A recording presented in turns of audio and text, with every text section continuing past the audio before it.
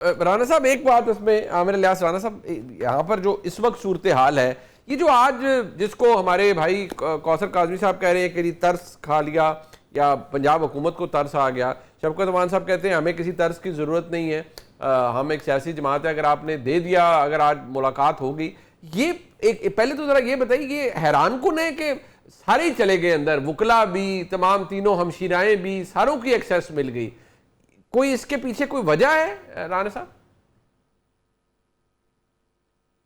नहीं, देखें, ये तो आप गवर्नमेंट और स्टेट दोनों की बात कर लें कि उनकी मंशा है तो मिलने देते हैं, नहीं मंशा तो नहीं मिलने देते। इसमें ना कोई तरस वाली बात है, ना सियासी जमात अपने ज़ोर पे कोई अदालतों के फैसले मनवा सकी है। बड़ी स्टेट और खुली सी बात है कि जी जब तंग करना है तो किया जाता है, नहीं जाने देते तो नहीं देते। जज ऑर्डर भी करते हैं तो वो बाहर ही नहीं जाता। जज आज मानना था तो जज के ऑर्डर पे न सिर्फ पहले खान साहब की तीनों हमशीरा को बुलवाया गया, वकला आए, फिर जब उनकी वाइफ ने एहतजाज किया तो फिर उनकी बहन और बेटी दोनों को बुला लिया गया, मतलब जो भी बेटी और भाभी आई हुई थी शायद, उनको भी बुला लिया गया कि नहीं बुलाएंगे। और ख़ान साहब ने आज साफ़ियों से कोई बातचीत नहीं की, वो बड़ी अक्कड़ शक्कड़ के साथ आए थे, बाकायदा जैसे हमेशा आते थे। साफ़ी देखते रहे बैठे हुए, उन्होंने बात नहीं की, उन्होंने अपने वकीलों से की। लेकिन जो मज़े की बात है वो बैरिस्टर गौर की है कि ना तो इन्होंने रिज़ाइन की बात की, ना खान ने एक्सेप्ट और ना एक्सेप्ट करने की बात की कि सलमान अकरम राजा ने कोई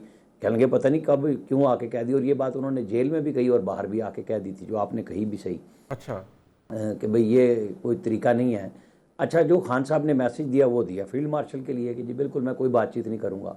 तो ये नरमी भी देख ली, सख्ती भी देख ली और अपना भी काम कर लिया, क्योंकि कल फिर दोबारा समात है, हमें कल दोबारा इंतज़ार करना होगा। लेकिन जो असल पॉलिटिकल बात है वो ये है कि खान साहब का फ़ैसला, बहनों ने आज भी बताया कि उनका ये है कि इलेक्शन नहीं लड़ना।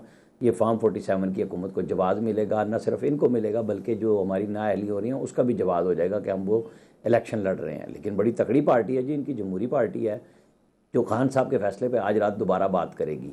अब स्टैंडिंग कमेटी होगा तो फैसला है ना कि रिज़ाइन करना है, तो फिर करेंगे तो पता चलेगा। और आज पॉलिटिकल कमेटी ज़िमनी इलेक्शन पे क्या फ़ैसला करती है और फिर वो खान साहब को बताएगी। बड़ी कंफ्यूज सिचुएशन है। ऐसा नहीं हुआ करता कि इमरान खान कोई बात कहें और आप अपनी मर्ज़ी से कुछ बात कहलवा लेंगे दूसरे की। तो बड़ी अच्छी बात है पाकिस्तान में अगर पार्टियों के अंदर इतनी हो कि जी अगर खान साहब ने ही फैसला करना है और उनकी पार्टी ही उसको रूल आउट करती है और वो दोबारा आज रात करेगी, तो मेरे ख्याल में तो इसमें कोई वो नहीं है, मज़े की बात है। अच्छा, ये एक चीज़ मैं ज़रा कौसर काजमी साहब आपकी नज़र करूँगा, क्योंकि आप हुकूमत में है ना, तो हुकूमत के अंदर एक ताकत का जज्बा भी होता है, एक अलाउ मी टू से एक ताकत का नशा भी होता है, इक़्तिदार का एक अपना नशा होता है। अब जो बात इमरान खान साहब की हमशीरा ने की, मोहतरमा नौरीन न्याजी साहबा ने, उन्होंने क्या कहा ज़रा सुन लीजिए। समझ यही आ रही है कि ये घबराए हुए भी हैं, परेशान भी हैं, इनको समझ नहीं आ रही हम क्या करें। इमरान खान के साथ जो ये कर रहे हैं, इनका ख्याल था इमरान खान इनके आगे जो ये चाहते हैं वो करेंगे, जो ये मुफाहम, ये इनको अब परेशान है। ये चाहते हैं कि इमरान खान सॉरी कहें, लेकिन इमरान खान नहीं सॉरी कहेंगे। ये इमरान खान को सॉरी करके जेल से निकालेंगे। आप देखिएगा, फिर आप सब कहेंगे कि हक पे खड़े होने का बड़ा फायदा है। इमरान खान अंदर बैठे हैं, वो अपनी तरफ से वो कैद में नहीं है, ये सब कैद में इस वक्त। इमरान खान की कैद में ये लोग हैं। गोया इमरान खान साहब की कैद में कौसर काजमी साहब आप लोग हैं, और बार एक ही बात है कि इमरान खान साहब के लिए कुछ सबसे बड़ी क्रेडिट पे चीज़ है कि वो 2 साल से जेल में है, सख्त तरीन हालात और मामलात को देखकर भी जेल में है। और बार बार जो आपको कहा जाता है कि आपकी क़यादत तो डील करके बाहर चली गई थी, और आज भी जिक्र उसी का किया जाता है। इमरान खान ये नहीं करेंगे और ना ही वो बाहर जाएंगे, उन्हें जितनी मर्जी ऑप्शंस दी जाएं। और बहुत से लोग क्लेम करते हैं, हमारे भाई आमिर डोगर साहब ने कहा कि उन्हें ऑफर दी गई कि मुल्क से बाहर चले जाएं, वो नहीं गए।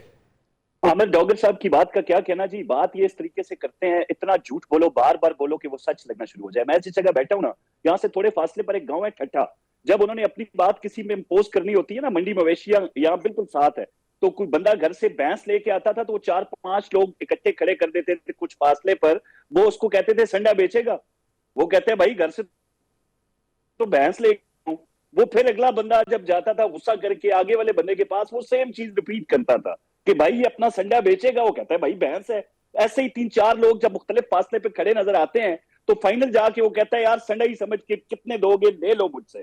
तो बात यह है कि इतना झूठ बोलो कि वो सच महसूस होना शुरू हो जाए। लेकिन इनका जो झूठ है अब पूरी तरह खुल के सामने आ चुका है। भाई हम ताकत वाले, हम इक्तदार वाले, माजी में आपने नहीं देखा कि वजीर आजम पाकिस्तान ऑपोजिशन बेंचों पे जाके इनसे मसाफा करते हैं। भाई इनकी तरफ से इतनी सख्तियां हैं इमरान खान और इनकी जमात की तरफ से, जो नफरत के बीज इन्होंने बोए, हम जरा टीवी चैनल स्टूडियो में बैठे हो, इनके पीटीआई के लोग तस्वीर नहीं बना सकते और बरमला इस बात का इजहार करते हैं कि हमारे लोग हमें गालियां देते हैं कि हम किसी पीएमएलएन या पीपी के बंदे के साथ तस्वीर बना लें।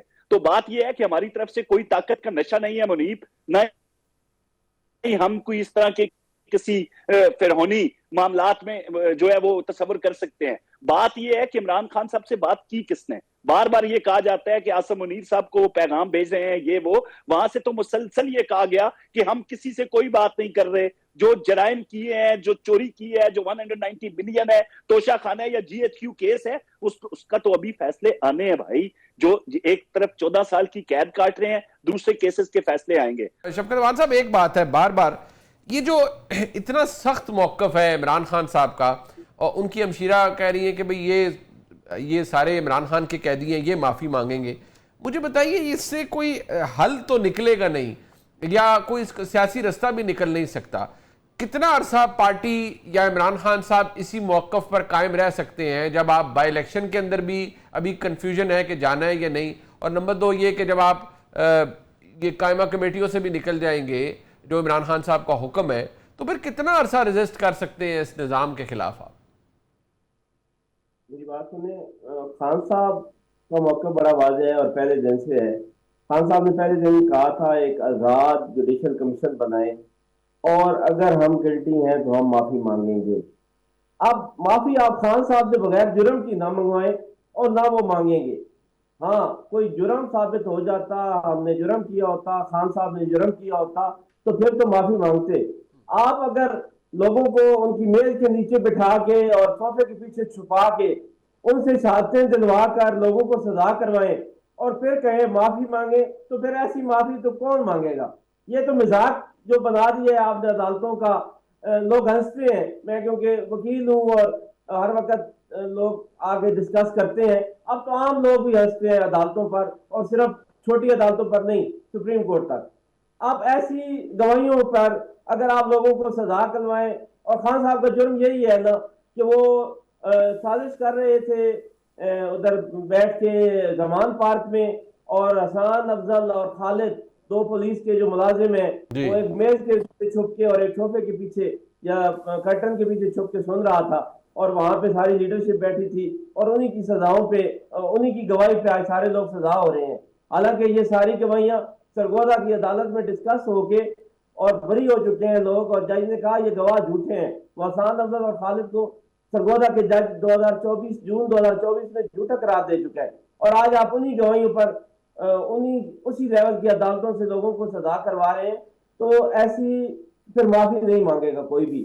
अगर वाकई कोई कंक्रीट प्रूफ होता, कोई ऐसी बात सामने आ जाती कि लोग वाकई 9 मई में मुलविस हैं, 9 मई हमारे लोगों ने किया है, तो खान साहब जरूर उस पर एक्यूज भी करते या उन लोगों की तरफ से कर देते। लेकिन ऐसा है नहीं, आप कुछ सामने नहीं ले आते और फिर एक ही डिमांड की जी माफी मांगे, तो माफी खान साहब नहीं मांगेंगे।